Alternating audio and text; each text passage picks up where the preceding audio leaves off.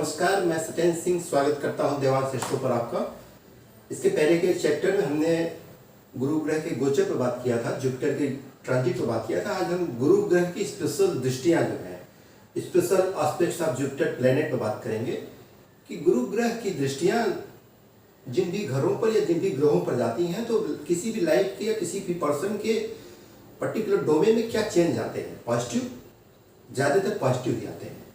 तो क्योंकि जुपिटर की दृष्टियां ही, और गुरु ग्रह एक ऐसा ग्रह है, आप देखिएगा 9 ग्रहों में से बृहस्पति, शनि और मंगल को स्पेशल एस्पेक्ट्स मतलब अलग अलग 2 दृष्टियां मिली हुई है। जैसा कि आप जानते हैं सभी ग्रहों को कॉमन एक दृष्टि मिली, 7वीं दृष्टि। मतलब हर ग्रह अपने से जस्ट अपोजिट हाउस को मतलब 7वीं दृष्टि से देखता है। वो 7वीं दृष्टि से देखता है, वो सारे ग्रहों को एक समान मिली हुई है। लेकिन बृहस्पति को, मंगल को और शनि को, इन तीनों ग्रहों को स्पेशल दृष्टियां भी मिली हुई है। जैसे बृहस्पति को 7वीं दृष्टि के अलावा 5वीं दृष्टि भी मिली हुई है और 9वीं दृष्टि भी मिली हुई है। इसी तरह मंगल को 7वीं दृष्टि के अलावा 4थी दृष्टि भी मिली है प्लस 8वीं दृष्टि भी मिली हुई है। इसी तरह शनि को 7वीं दृष्टि के अलावा 3री दृष्टि भी मिली है और 10वीं दृष्टि भी मिली है। तो आज हमारा जो कंसर्न टॉपिक है वो जुपिटर है, बृहस्पति, जिसको देवगुरु बृहस्पति भी बोलते हैं। आप देख लीजिएगा कुंडली का कोई भी पार्ट हो, चाहे आपका लग्न हो, चाहे आपका फाइनेंस हो, 2nd हाउस, या फिर आपका 5th हाउस हो, आपका जहाँ से आपके लर्निंग, बुद्धिया, क्रिएटिविटी, या फिर आपके चाइल्ड, या फिर आपका पूर्व पुण्य देखा जाता है वो हाउस हो, या फिर आपका 9th हाउस हो, या फिर आपका 11th हाउस हो, या फिर 12th हाउस हो। मतलब आप देखेंगे कि देवगुरु बृहस्पति को या जुपिटर को पूरी कुंडली के कम से कम आधे हिस्से को पूरा गवर्न करने की क्षमता है। मतलब अगर आपका बृहस्पति ग्रह अच्छा है, सारे 9 ग्रहों में से एक बृहस्पति अच्छा है, तो वो आपकी कुंडली के आधे हिस्से को अकेले कवर करने की क्षमता रखता है। मतलब 50% आपको जो पॉजिटिव लाइफ में पॉजिटिविटी आनी है वो देवगुरु बृहस्पति की कृपा से आपको मिल सकती है। तो जुपिटर को फिलहाल उसकी दृष्टियों को समझने की कोशिश करते हैं, वो कहीं अगर जब बैठता है, हमने इसके पहले बताया कि हर ग्रह को 7वीं दृष्टि मिली है, चाहे सूर्य को हो, चाहे चंद्रमा हो, मंगल हो, बृहस्पति हो, राहु, केतु, शनि, कोई भी ग्रह है, हर ग्रह को 7वीं दृष्टि मिली हुई है। हर ग्रह जहां बैठता है वहां से जस्ट अपोजिट ग्रह को, घर को देखता है, उसमें बैठे जो भी ग्रह है उन पर वो सीधा असर डालता है। इसीलिए कभी कभार ऐसा भी होता है कि आपके जस्ट सामने जिस भी हाउस में आपका कोई प्लेनेट सिटेड है, बैठा है, उसके जस्ट अपोजिट हाउस में खाली भी हो, लेकिन उस ग्रह की दृष्टि जाने से वो घर एक्टिवेट हो जाता है। ध्यान रखिएगा, कुंडली को पढ़ने के तरीके में ये ध्यान रखना पड़ता है कि कोई भी अगर घर खाली है, आपके 12 घर हैं कुंडली में, जैसा कि आप देख रहे हैं, पहला, दूसरा, तीसरा, चौथा, 5वां, 6ठा, 7वां, 8वां, 9वां, 10वां, 11वां, 12वां, ये 12 घर हैं कुंडली के। सिंपल सा फॉर्म है। 12 घरों में सारे प्लेनेट नहीं आ सकते, 9 ही प्लेनेट है। कभी कभार एक ही घर में 3 प्लेनेट हो जाते हैं, किसी किसी में 4 प्लेनेट भी आ जाते हैं एक्स्ट्रा ऑर्डिनरी सिचुएशन में। तो कुछ तो घर खाली रहेंगे। तो ये जो भी घर खाली रहते हैं, ध्यान रखिएगा, उन घरों पर उस घर के जस्ट अपोजिट से जिस ग्रह की दृष्टि आ रही होती है, उस ग्रह का असर उस घर में आ जाता है। फॉर एग्जाम्पल, जैसे 2nd हाउस में कोई प्लेनेट है, अगर आपका 8th हाउस खाली है, या फिर आपका 8th हाउस में कोई प्लेनेट, आपका 2nd हाउस खाली है, तो आप ये कंफ्यूजन में मत रहिएगा कि दूसरे घर में हमारे कोई ग्रह नहीं है, तो हमको धन भाव कैसे देखना है, या फिर हमको धन का स्रोत कैसे देखना है, क्योंकि वहां पर कोई प्लेनेट नहीं है या कोई ग्रह नहीं है। इस कंफ्यूजन में मत पड़िएगा। 8th हाउस का बैठा प्लेनेट भी आपके 2nd हाउस को एक्टिवेट कर देगा। मतलब उसकी दृष्टि ही आपको एक्टिवेट कर देगी कि आपके धन का या फिर आपके इनकम का स्रोत क्या हो सकता है। तो मतलब कोई भी प्लेनेट जहां बैठता है वो अपने से 7वीं दृष्टि से आप जस्ट अपोजिट घर को देखता ही देखता है, उनके फलों को एक्टिवेट करता है, अच्छा या बुरा। लेकिन आज का हमारा कंसर्न टॉपिक जुपिटर ग्रह है, देवगुरु बृहस्पति। देखिए, इनको पहली बात तो ज्योतिष की भाषा में इनको देवताओं का गुरु माना गया है, देवगुरु बृहस्पति की संज्ञा प्राप्त है। प्लस जुपिटर किन चीजों का कारक है? आपकी फैमिली हाउस में या फिर आपके घर में जो भी सबसे ज्यादा हाईएस्ट एज का पर्सन है, कोई भी है, जो भी जिंदा है और उसकी सबसे ज्यादा है, आपके दादा हो, दादी हो, या फिर अब वो नहीं है, फादर है या मदर है, या फिर कोई आपके चाचा है, ताऊ है, मतलब आपके घर में जो सबसे ज्यादा एज का पर्सन है, ही जुपिटर, वो बृहस्पति के रूप में है।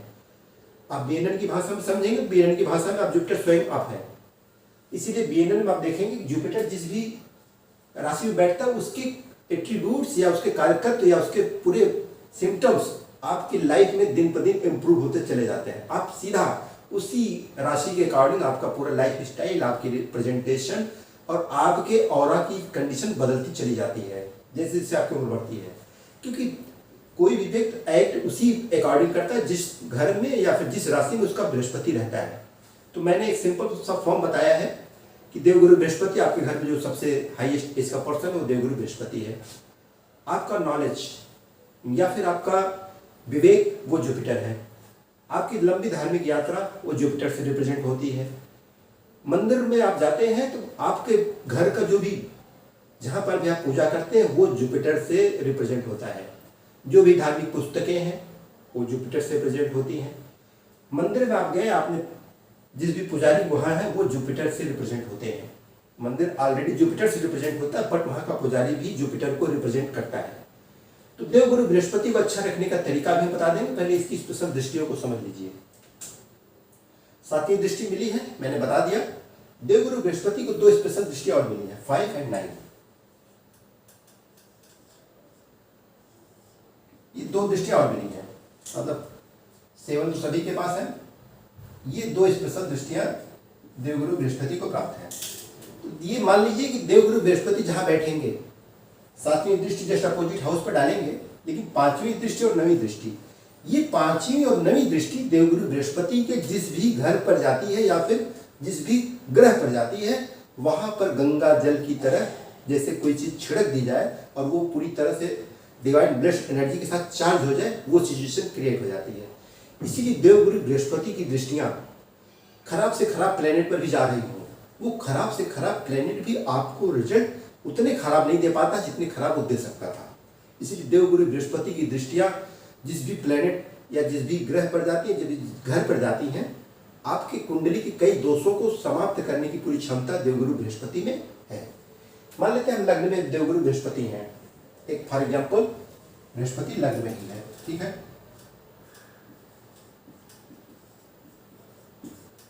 ठीक है, अब ये लग्न से 7वीं दृष्टि आ रही है, 7th दृष्टि प्लस 5वीं दृष्टि आ रही है, प्लस 9वीं दृष्टि आ रही है। किन किन हाउसों को एक्टिवेट कर रहे हैं देवगुरु बृहस्पति, या फिर किन किन हाउसेस पर इनकी डिवाइन ब्लेस्ड एनर्जी या डिवाइन ब्लेस्ड एस्पेक्ट जा रही है। 5वें घर पर अगर आपके लग्न में देवगुरु बृहस्पति बैठ गए हैं तो 5वें घर पर दृष्टि जा रही है इनकी। पहली 5वीं दृष्टि, आपकी संतान हमेशा अच्छी रहेगी, उसके अंदर सकारात्मक विचार आते रहेंगे, वो एक गलत ट्रैक पर जा भी रही होगी ना, देवगुरु बृहस्पति की दृष्टियां उसे हमेशा संभालेंगी, रोकेंगी, मतलब वो गिरते गिरते भी समझ सकता है। ये देवगुरु बृहस्पति का कमाल है। प्लस आपकी लर्निंग, आपकी एजुकेशन, आपका पूर्व पुण्य, आप पास्ट लाइफ से जो भी पुण्य लेके आए हैं ना, वो 5th हाउस से देखा जाता है। 5th हाउस जजमेंट देता है कि आपने पास्ट लाइफ में क्या क्या पुण्य किए हैं। देवगुरु बृहस्पति की दृष्टियां जब 5th हाउस पर जाती हैं, आपके पास्ट लाइफ के पुण्य भी जागृत हो जाते हैं, एक्टिवेट हो जाते हैं, वो और बढ़िया रिजल्ट देने लगते हैं। प्लस आपकी विद्या बुद्धि हो गई, संतान हो गई, आपकी क्रिएटिविटी हो गई, या फिर आपका प्रेम हो गया, आप किससे प्रेम भी करते हैं। ध्यान रखिएगा, जब भी देवगुरु बृहस्पति की 5th हाउस पर दृष्टि जाती है, उस प्रेम में सिर्फ काम वासना नहीं रह जाती है, मतलब एक हेल्पिंग नेचर आ जाता है। एक डिवाइन रिश्ते हमेशा सिर्फ शारीरिक ही नहीं होते हैं, मानसिक रिश्ते भी होते हैं, आध्यात्मिक रिश्ते भी होते हैं। वो आपको समझने का फेर है कौन किस दृष्टि से किस रिश्ते को निभा रहा है। तो देवगुरु बृहस्पति की दृष्टियां 5th हाउस पर जा रही है। आपका अगर किसी से प्रेम भी होगा तो उसके प्रति आपके अंदर एक सहयोग की भावना रहेगी, पॉजिटिविटी रहेगी, सिर्फ वहाँ पाने की होड़ नहीं रहेगी, वहाँ पर लस्ट या वासना कम रहेगी, एक दूसरे को सहयोग या अपलिफ्ट करने की क्षमता या भावना ज़्यादा रहेगी। तो आपका प्रेम हो गया, आपका पूर्ण पुण्य हो गया, आपकी संतान हो गई, आपकी क्रिएटिविटी हो गई, आपकी एजुकेशन हो गई, या फिर आपकी एंटरटेनमेंट भी हो गई। एंटरटेनमेंट भी 5th हाउस से देखा जाता है। तो देवगुरु बृहस्पति की 5वीं दृष्टि अगर 5th हाउस पर जा रही है, ये एक्टिवेट हो जाएंगी। 7वीं दृष्टि आपके स्पाउस के हाउस पर जा रही है, आप फीमेल हैं तो आपके मेल का ये हाउस है, अगर मेल है तो आपकी वाइफ का हाउस है, मतलब उनकी 7वीं दृष्टि जा रही है, मतलब आपका पार्टनर कम से कम स्पिरिचुअल थॉट प्रोसेस का रहेगा, उसके अंदर एक सदगुरु की पूरी भूमिका या फिर सदगुणों का पूरा भंडार रहेगा, उसके अंदर गुण जो भी रहेंगे अच्छे रहेंगे। प्लस वो आपके लाइफ में एक ऐसे पर्सन के रूप में रहेगा कि जो आपको अच्छी एडवाइस देगा, क्योंकि देवगुरु बृहस्पति की सातवीं दृष्टि जा रही है, 7th एस्पेक्ट जा रही है। नवीं दृष्टि देख लीजिए, 9th एस्पेक्ट आपके भाग्य भाव पर जा रही है। तो देवगुरु बृहस्पति की दृष्टियां जहां जाती हैं उन दृष्टियों में इतनी ज्यादा स्पिरिचुअल या डिवाइन एनर्जी होती है कि वो घर अपने आप और भी अच्छा और भी अच्छा और भी अच्छा होने लगता है। मतलब इंप्रूवमेंट लगातार होता रहता है। बशर्ते कि आप अपने ग्रह को खराब न करें अपने किसी एक्ट से। 9th हाउस पर आ रही एस्पेक्ट। 9th हाउस आपके फॉर्च्यून का हाउस है, आपके लक का हाउस है, आपके एंसेस्टर्स का हाउस है, आपकी हायर एजुकेशन का हाउस है, आपके पिता का हाउस है, आपकी लंबी धार्मिक यात्राओं का हाउस है। तो जब भी देवगुरु बृहस्पति लग्न में होंगे उनकी नवीं दृष्टि आपके 9th हाउस पर जाएगी और आपकी इन सारी चीजों को एक्टिवेट करेंगे। मतलब आपकी विजडम, आपकी नॉलेज, आपकी हायर एजुकेशन वो होती रहेगी। आप धर्म के प्रति झुके रहेंगे। एक आपके अंदर सम्मान को पाने की ललक रहेगी। मतलब आप कोई काम ऐसा नहीं करना चाहेंगे जिससे आपका सम्मान गिरे। प्लस लंबी धार्मिक यात्राओं को भी देवगुरु बृहस्पति एक्टिवेट करते हैं। प्लस आपके अंदर एक फीलिंग रहेगी, अपने धर्म के प्रति अगाध आस्था रहेगी, ईश्वर के प्रति समर्पण रहेगा, आस्तिकता की तरह आपका झुकाव हमेशा रहेगा। तो ये देवगुरु बृहस्पति जब लग्न में आ गए तो ये 5th aspect and this is the 9th aspect. मतलब 5वीं दृष्टि और 9वीं दृष्टि, 7वीं दृष्टि हर ग्रह को मिली है, ये एक्टिवेट कर देंगे। अब फॉर एग्जाम्पल इसी तरह से आप बृहस्पति को 2nd हाउस में ले लीजिए, यहाँ पर ले लीजिए।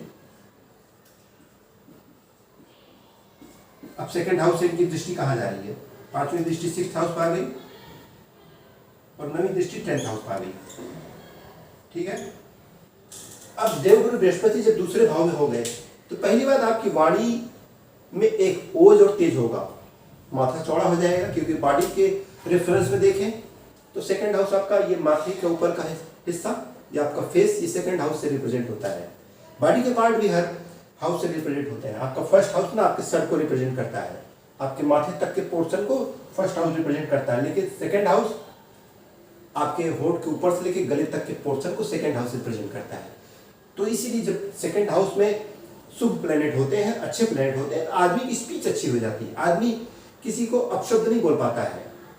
अब यहाँ पर देवगुरु बृहस्पति होने से अगर आपका बृहस्पति खराब नहीं है, आप किसी को अपशब्द नहीं बोलेंगे, आप उसके प्रति एक अच्छी फीलिंग के साथ बात करेंगे, एक पॉजिटिव मोड में बात करेंगे और उसके प्रति आपके अंदर एक ऐसी जुबान आएगी निकल के, आपके अंदर से एक ऐसी वॉइस आएगी कि वो उसको कम से कम तृप्ति दे या फिर उसको सुखद एहसास कराए। चाहे यहाँ देवगुरु बृहस्पति बैठ जाए या देवगुरु शुक्राचार्य बैठ जाए, शुक्र भी बैठता है यहाँ, आदमी मतलब जो भी बात करेगा उससे कोई उबेगा नहीं। 2nd हाउस में अगर वीनस भी बैठता है, वो भी शुक्राचार्य भी दैत्यों के गुरु है और उनके पास प्रैक्टिकल नॉलेज, तो अगर एक्चुअल में देखा जाए तो देवगुरु बृहस्पति से भी ज्यादा प्रैक्टिकल नॉलेज वीनस के पास है। इसलिए वीनस जिसका 2nd हाउस में रहता है, पहली बात तो फाइनेंस के मामले में आदमी स्ट्रांग हो जाता है। सेकेंडरी वो मतलब जिससे भी बात करेगा प्रैक्टिकल वे में बात करेगा और इतनी मीठे अंदाज में बात करेगा वो इंप्रेस होकर जाएगा। तो जुपिटर, फिलहाल कंसर्न टॉपिक जुपिटर है, जुपिटर की बात करते हैं। तो देखिए इनकी 5वीं दृष्टि आपके 6ठे घर पर आ गई, मतलब रोग, रिपु, ऋण, शत्रुता के हाउस पर आ गई। तो इनसे जिसका भी दूसरे घर में बृहस्पति है, इनसे कोई शत्रुता कर नहीं सकता है। अगर वो शत्रुता करेगा तो खुद परास्त हो जाएगा।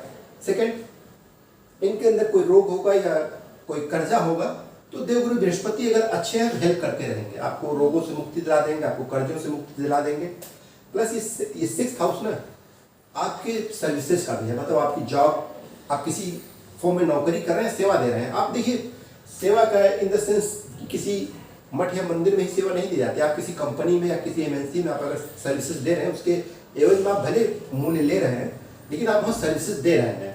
तो आप इस नौकरी, आपकी सर्विसेज को अगर देवगुरु बृहस्पति की जब दृष्टि अच्छी पड़ती है वो आपको उसमें हेल्प करते हैं, आपको रोगों से मुक्त करते हैं, आपको लिटिगेशन कोर्ट कचहरी के मुकदमों से मुक्त करते हैं, आपको लड़ाई झगड़ों से भी बचाते हैं, मतलब आपका शत्रु परास्त होता है।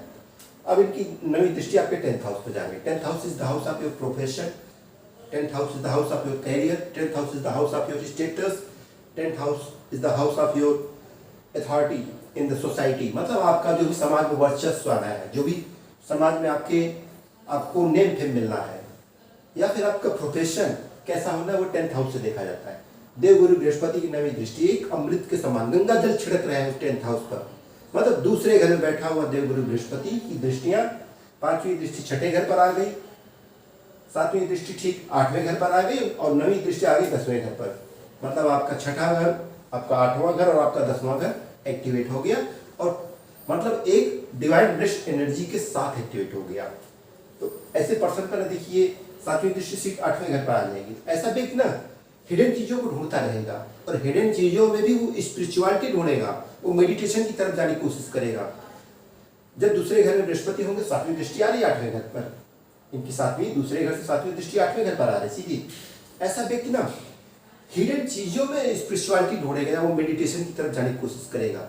8वां घर अकल्ट का है, मतलब जो भी चीजें अज्ञात है, आपने देख नहीं पाया है, इसीलिए ज्योतिषी 8वें घर से देखे जाते हैं। क्योंकि ज्योतिषी में ना, ज्योतिष को आप अगर आप देखेंगे, संरक्षित करेंगे, ज्योति प्लस मतलब ईश्वर का प्रकाश जिनको दिख जाता है वही ज्योतिषी अच्छे बनते हैं। तो वो ईश्वर की कृपा से ही बनते हैं, वो भी उनके अंदर कोई कैपेसिटी नहीं है।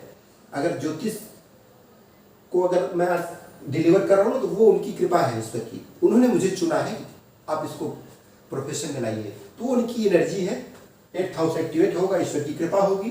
8th हाउस सारी हिडन चीजों का हाउस है 8th हाउस। तो आप हिडन चीजें क्या है, ज्योतिष में आप ना कोई चीजें ऐसी देख लेते हैं जो एक कॉमन मैन नहीं देख पाता है, तो वो हेल्प करती हैं। और लोगों को 8th हाउस ट्रांसफॉर्मेशन का है, मतलब आपके अंदर लगातार, आप कल तक कुछ और थे, ठीक 2 साल बाद अचानक कुछ और हो जा रहे हैं, पॉजिटिव इंप्रूवमेंट आ जा रहा है, या फिर नेगेटिव भी हो रहा है, ट्रांसफॉर्मेशन आ रहा है, वो 8th हाउस का कमाल है। 8th हाउस का एक्टिवेशन बहुत मायने भी रखता है, लोगों को बड़ी हाइट पे ले जाता है। लोग कहते हैं पीड़ा का हाउस है, बट मैं कहता हूँ this is the house of transformation in your life. मतलब आपको सबसे ज्यादा ट्रांसफॉर्म अगर कोई हाउस करता है, 8th हाउस करता है। आप ट्रांसफॉर्म होते भी कब हैं, जब आप सबसे पीड़ा के दौर से गुजरते हैं, जब आप पूरी तरह से टूट के बिखरने वाले होते हैं, तभी आपकी लाइफ का ट्रांसफॉर्मेशन भी आता है। क्योंकि जब तक आपकी लाइफ स्मूथ चल रही होती है ना, तो आप एक पर्टिकुलर ढर्रे पे चल रहे हैं, मतलब आपको समझ में नहीं आता, बस आराम से जिंदगी चल रही है। लेकिन जब आप सबसे ज़्यादा कठिन स्थिति में आते हैं, मतलब आपकी जॉब चली जाए, आपके सामने कठिनाई खड़ी हो जाए, लोगों ने आपको ह्यूमिलिएट कर दिया हो, सारी चीज़ें आ जाए, वहीं पर 8th हाउस की एनर्जी आपको मतलब पूरी तरह से 360 डिग्री ट्रांसफॉर्म करने की कैपेसिटी रखती है 8th हाउस। तो देवगुरु बृहस्पति अगर दूसरे घर में हो जाए, उनकी 5वीं दृष्टि 6ठे हाउस पर, उनकी 7वीं दृष्टि 8वें हाउस पर, और उनकी 9वीं दृष्टि आपके 10वें हाउस पर। तो 10वां हाउस आपका नेम फेम स्टेटस, आपका कैरियर, आपका प्रोफेशन, आपका समाज में था वर्चस्व, ये सब चीजें आपके एक्टिवेट रहेंगी। तो ये कहने का इन द सेंस, अब इसी देवगुरु बृहस्पति को हम 9वें घर में ले लेते हैं, 9th हाउस में, उनका द बेस्ट प्लेसमेंट मानी जाती है। 9th हाउस पर हम ले लेते हैं देवगुरु बृहस्पति को। एक फॉर एग्जाम्पल है, हमने पहले घर में दिखा दिया, दूसरे घर में, उनको 5वें घर में और 9वें घर में हम आपको दिखा देते हैं, क्योंकि 5वां घर आपके पूर्व पुण्य का हाउस है और 9वां घर तो आपके फॉर्चून का हाउस है ही। तो देवगुरु बृहस्पति की दृष्टियां हमने इसीलिए कहा कि special aspects of Jupiter creates divine blessed energy in your life. ध्यान रखिएगा, मतलब देवगुरु बृहस्पति की दृष्टियां आपके लाइफ में आपको बहुत कुछ दे के जाती हैं। इसीलिए कहा जाता है कि कम से कम किसी भी ग्रह को आप नहीं संभाल सकते हैं, तो केवल देवगुरु बृहस्पति को संभाल लीजिए, आपकी कुंडली के आधे दोष अपने आप खत्म हो जाते हैं। 50% आपकी लाइफ में जो निगेटिविटी है, अगर आपने केवल एक प्लेनेट देवगुरु बृहस्पति को अगर स्ट्रॉन्ग कर लिया या फिर अच्छा कर लिया, तो आपकी कुंडली के आधे दोष अपने आप रिड्यूस होना शुरू हो जाते हैं, खत्म होना शुरू हो जाते हैं, कम होने शुरू हो जाते हैं। हमने फर्स्ट हाउस सेकंड हाउस में देवगुरु बृहस्पति को दिखा दिया था, आज हम 5वें घर में ले लेते हैं। अब ये देखिए 5वें घर में आ गए बृहस्पति देव।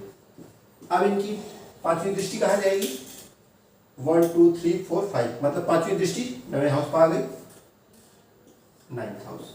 अब ये एक्टिवेट हो गया, मतलब देवगुरु बृहस्पति जब 5वें घर में बैठे तो उन्होंने 9th हाउस को 5वीं दृष्टि दी, आपका फॉर्च्यून एक्टिवेट हो गया, आपके पिता धार्मिक हो गए, लंबी धार्मिक यात्राएं आपकी एक्टिवेट हो गई, आपका विजडम लेवल हाई होने लगा और आप अपने धर्म के प्रति और भी डिवोटेड या समर्पित होने लगे।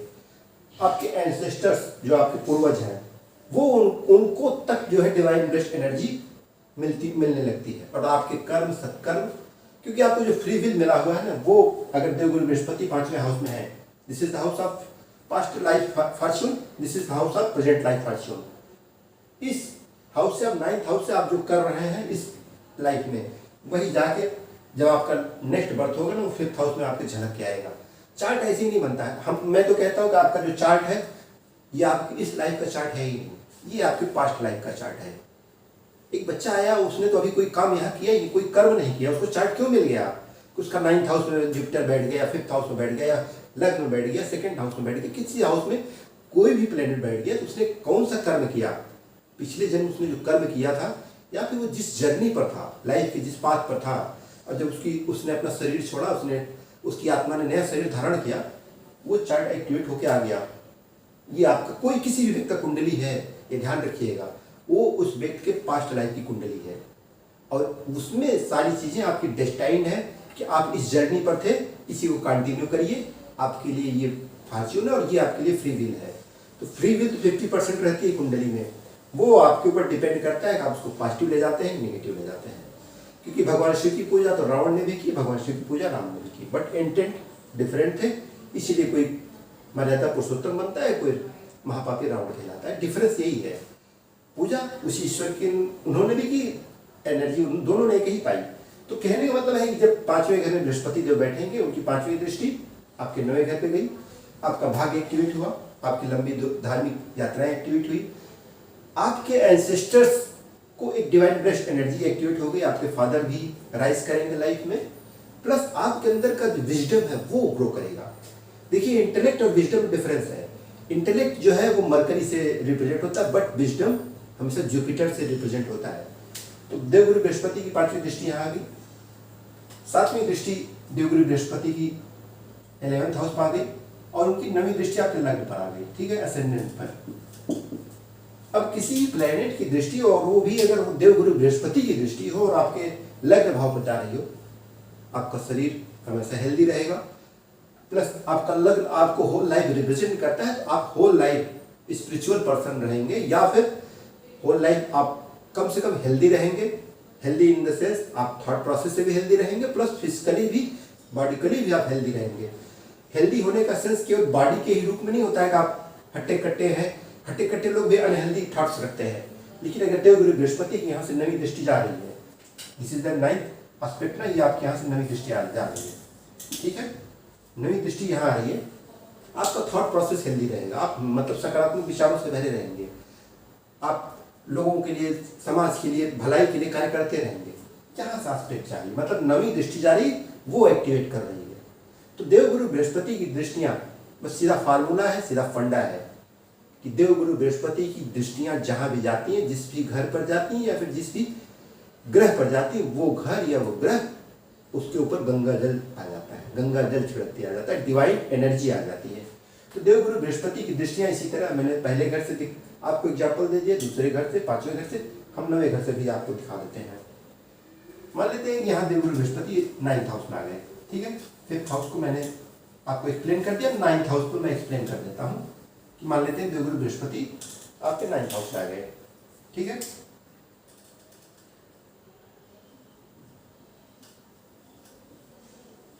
अब यहाँ से बृहस्पति देव की 5वीं दृष्टि कहाँ जाएगी? 1 2 3 4 5 आपके लग्न पर आ गई, 5th एस्पेक्ट,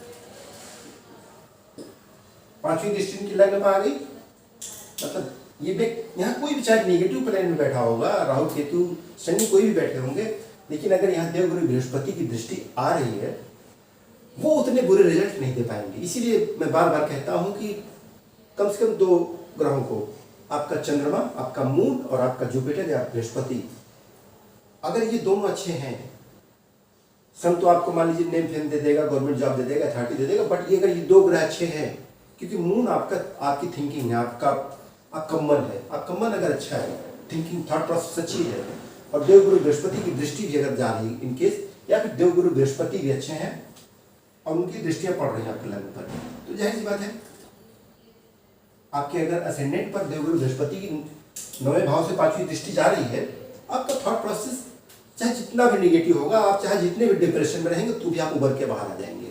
प्लस ये आपको धार्मिकता की तरफ ले जाएंगे, प्लस ये आपको 5वीं दृष्टि जा रही है, आपको समाज को कुछ भलाई के कार्य करने की प्रेरणा देते रहेंगे, मतलब आपके अंदर एक पॉजिटिव थॉट प्रोसेस चलता रहेगा।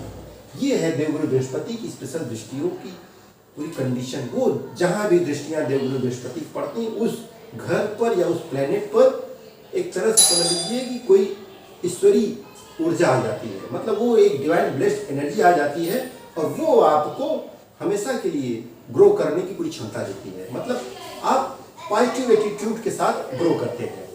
तो ये रहा आपका आज का वीडियो। अब यहाँ से नवी दृष्टि आप देखेंगे, 7वीं दृष्टि आपके 3rd हाउस पर आ गई और नवी दृष्टि यहाँ से आपके 5th हाउस पर आ गई, मतलब नवे घर में बैठ के नवी दृष्टि 5वें घर पर आ गई। आपकी संतान हमेशा अच्छी रहेगी, संतान कम से कम बिगड़ने की संभावना इसकी कम रहेंगी।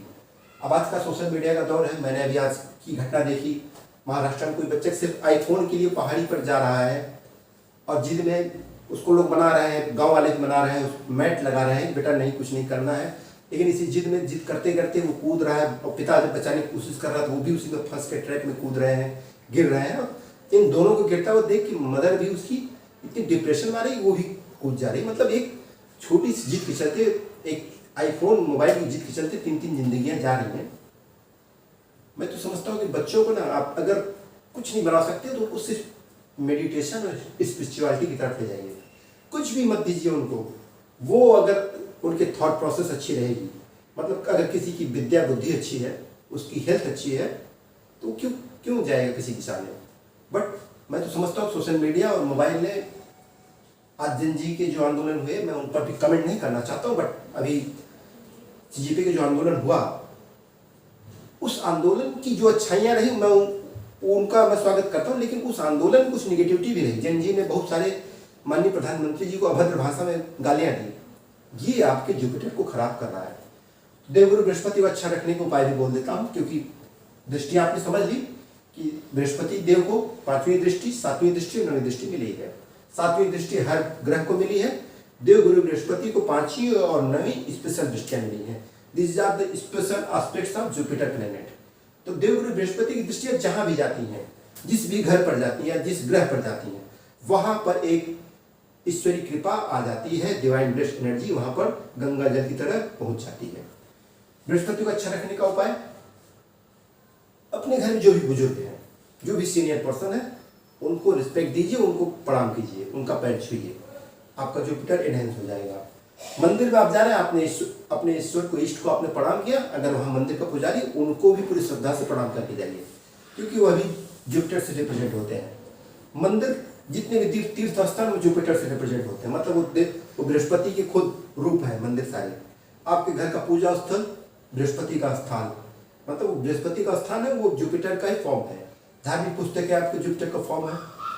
पीपल का पेड़ वो जुपिटर का फॉर्म है, इसीलिए पीपल के पेड़ के लिए पूजा की जाती है कि आप जब पीपल के पेड़ की पूजा करते हैं तो आप अपने देवगुरु बृहस्पति को अच्छा कर रहे होते हैं। प्लस आप कभी किसी की झूठी गवाही मत दीजिए, नेवर। आप जब किसी की झूठी गवाही देते हैं, आपका बृहस्पति वहीं से स्लो डाउन होना शुरू हो जाता है, कमजोर होना शुरू हो जाता है। प्लस अपने विजडम को, अपने नॉलेज को बढ़ाते रहिए, आपका बृहस्पति अच्छा रहेगा। जब किसी के पास नॉलेज बढ़ेगी, जाहिर सी बात है उसके अंदर की निगेटिविटी कम होगी ना। ज्ञान क्या है? ज्ञानता की कमी है, ज्ञान है। आपके अंदर प्रकाश कब आता है? जब आप, अंधकार को दूर करने का कोई उपाय नहीं, बस आप प्रकाश भर लीजिए, अंधकार अपने आप दूर हो जाएगा लाइफ का।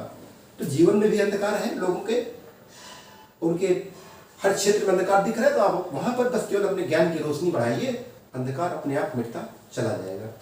That's the simple predictions of for Jupiter. अगले एपिसोड में मैं कोशिश करूंगा कि किसी चार्ट को डिस्क्राइब करके, मतलब क्या कुंडली का असर हर व्यक्ति पर पड़ता है, या जिसने भी मानव तन का रूप लिया है, क्या सब पर असर पड़ता है? मैं बोलूँगा यस। और आपको एग्जाम्पल दूंगा भगवान राम की कुंडली से, कि मतलब कोई भी व्यक्ति ग्रहों के असर से, ग्रहों के प्रभाव से बचा नहीं है, सिर्फ साधु संतों को छोड़ के। वो उस पर भी हम डिस्कस करेंगे, क्यों, उसका भी रीजन बताएंगे। लेकिन आपको अपने चार्ट में देवगुरु बृहस्पति को अच्छा करना है। आज जो 3 डेथ हुई, अगर देवगुरु बृहस्पति विजडम लेवल अच्छा रहता है, तो बच्चे के अंदर इतना विवेक रहता है कि नहीं ये गलत है, चलो आईफोन फिर आ जाएगा। मतलब विजडम की कमी है। आप इंटेलेक्ट हो जाना, आप किताबी ज्ञान हो जाना, वो बुध मरकरी का बस काम है, लेकिन आपके अंदर ज्ञान के साथ विवेक भी आ जाए, वो जुपिटर या बृहस्पति देता है। इसीलिए बृहस्पति को हमेशा अच्छा रखिए, ठीक है। केसर का तिलक भी बृहस्पति को अच्छा करता है। बहुत सारे लोग पुखराज पहनते हैं, लेकिन वो हर लग्न के लिए अकॉर्डिंग टू चार्ट है और जुपिटर की प्लेसमेंट के आधार पर पहना जाता है। तो कुछ लोग गले में चेन भी पहनते हैं, लेकिन वो किनको आवश्यक है उनको ही पहनना है। कभी कभार बृहस्पति को ज़्यादा उच्च करना भी नुकसानदायक हो जाता है। आदमी उसके अंदर अहंकार आ जाता है, ईगो आ जाता है। नॉलेज का भी ईगो आता है, मतलब ज्ञान का भी ईगो आ जाता है, उससे भी बचना है।